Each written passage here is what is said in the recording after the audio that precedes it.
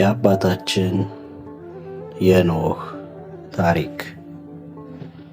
የኖህ አባት ላሜህ ይባላል። በእርሱ ዘመን ይኖሩ የነበሩ ሰዎች ክፉዎች፣ አመፅን ያበዙ፣ ስነ ሥርዓት የማያከብሩ ቢሆንም እርሱ ግን አካሄዱ ከእግዚአብሔር ጋር ያደረገ መልካም ሰው ነበር። እግዚአብሔር በኖህ ዘመን ይኖሩ በነበሩ ሰዎች አዘነ፣ የንስሐም ጊዜ ሰጣቸው።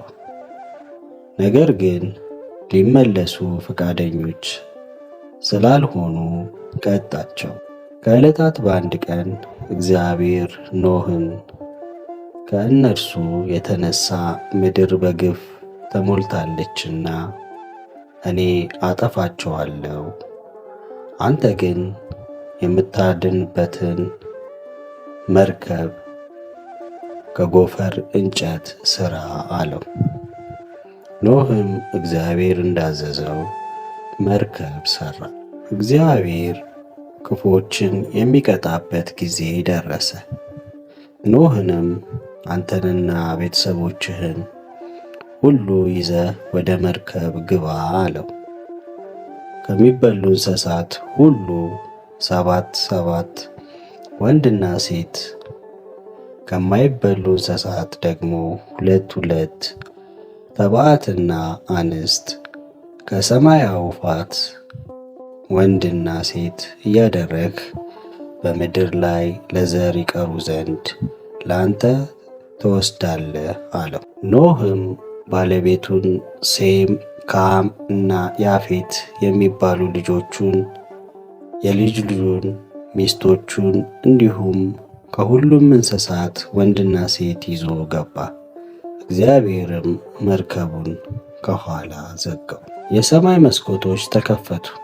የጥፋት ውሃ በምድር ላይ ያለማቋረጥ 40 ቀንና ሌሊት ዘነበ። ምድር በጥፋት ውሃ ተጥለቀለቀች። ክፉ ሰዎች ወደ ኖህ መርከብ መግባት አልቻሉ።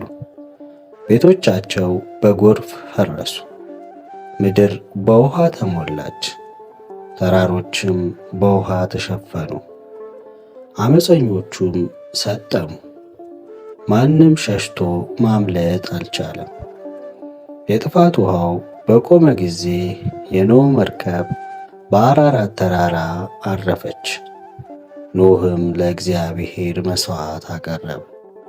እግዚአብሔርም በሕያው ነፍስ መካከል ዳግመኛ በጥፋት ውሃ ምድርን ላያጠፋ ቃል ኪዳን አደረገ። የስምምነቱ ምልክት ቀስተ ደመና ሆነ።